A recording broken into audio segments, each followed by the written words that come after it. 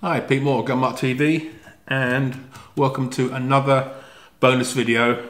This time it's about probably one of the more modern iconic knives around, the Puma White Hunter.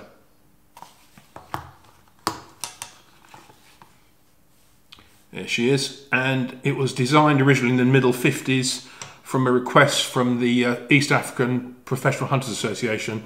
They were looking for a large or sort of medium-sized all-purpose hunting knife, not just for skinning or gutting, but for work around the camp, that sort of thing. And Puma came up with this thing. It's really, say, quite an iconic knife. I've been researching it for a few months now, and they're very collectible as well as everything else. I first came into contact with end of 1972, got posted to Germany for the first time, and I was looking for a general use utility knife for exercise, an active service and that sort of thing.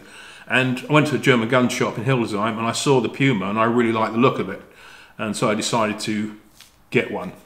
I was very pleased with it. I've used it about a year, and I lent a friend of mine because he was going on a camping holiday, and he managed to lose it, so I was a little bit upset with that, and he immediately got me another one. So this is actually the second variant, the main thing being on the first variant you had a brass stud with the leather flap. This one has the more convenient press stud retention. That's the only real difference.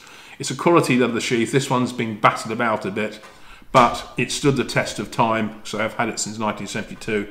And I've put leather food on it, leather cream, and it keeps it well. The only thing I have done, I've changed the leather lanyard loop and the leather leg tie for nylon paracord type, and it's much tougher and stronger. Okay, so let's look at a bit more detail at the Puma, how it's made and the options. The build is what they call a full tang. As you can see, the blade and the handle steel are one piece, and with the handle scales riveted on, it makes for a very, very strong knife, as there's no weak points at all, which is one of the great things about it. It's made of 1.4 116 stainless with additives. These are put in to increase its ability to retain its edge, resist corrosion, and generally increase its strength.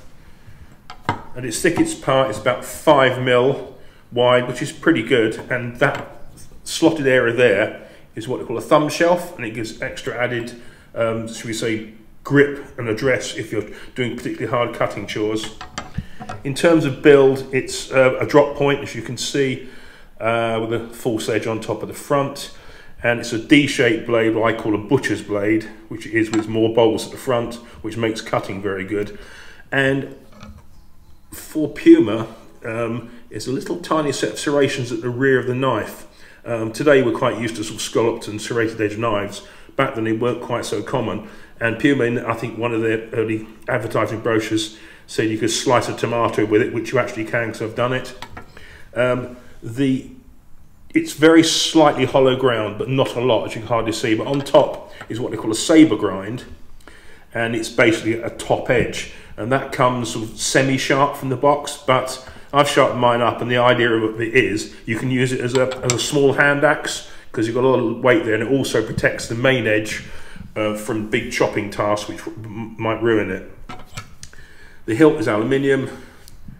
There's a serial number there, and also a serial number on the front of the knife, which is quite pretty.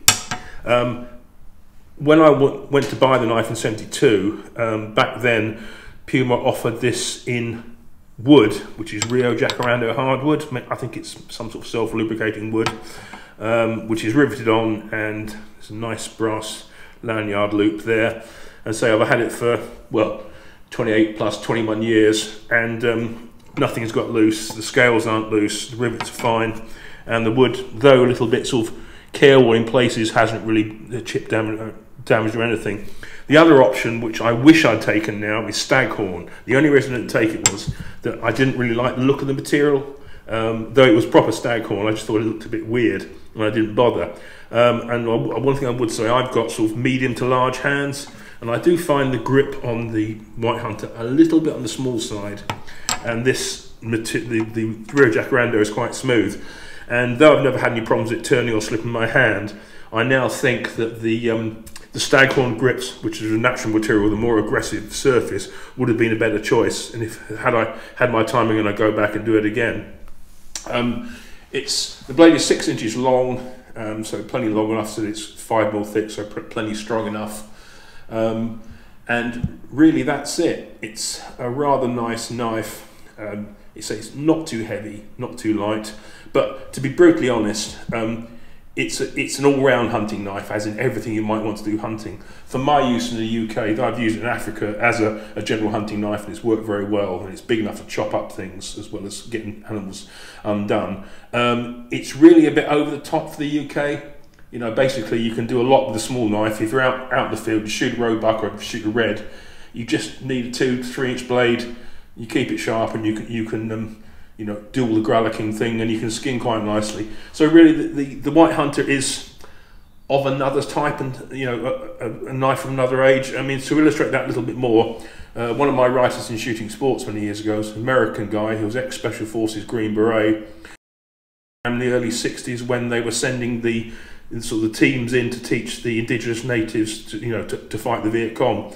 And apparently by that time the White Hunter had become quite an iconic design. His wife brought him one, and we were talking about it because I said I had a White Hunter, and he told me that that knife saved his life. He wouldn't go into more details, but he said it saved his life, so I assume there was some altercation involved. Also, I found out that it was quite popular with the aviators, you know, chopper pilots, fixed wings and the jets, as a survival knife on their harness. And again, it might have been a bit of a fashion thing, but as you can see, it's a big tough knife that will do a lot of things. It will chop with that saber top edge, you know, so it's almost a fighting knife as well, I suppose, not designed for, but would double up as quite nicely. Today they still exist. I was looking at Heinnie Haynes' catalogue, and he shows Puma White Hunter in there, but it's one of these modern knives. There's a lot of chat on the internet, and it's not a Bowie, but there seems to be quite a following with these new things. So that is the Puma White Hunter. It's done me well, so I don't use it much now, but it's proved it's worth now and again for me. Okay, so if you like what you saw, tell your friends, comment, support the website, gunmart.net. And if you want to contact me, there's a new email address. Do not use the old pete.moore@acel.co.uk. That is now closed down. Instead, it's pmoore.shootingsports@gmail.com. And I hope to see you again soon. Take care. Bye.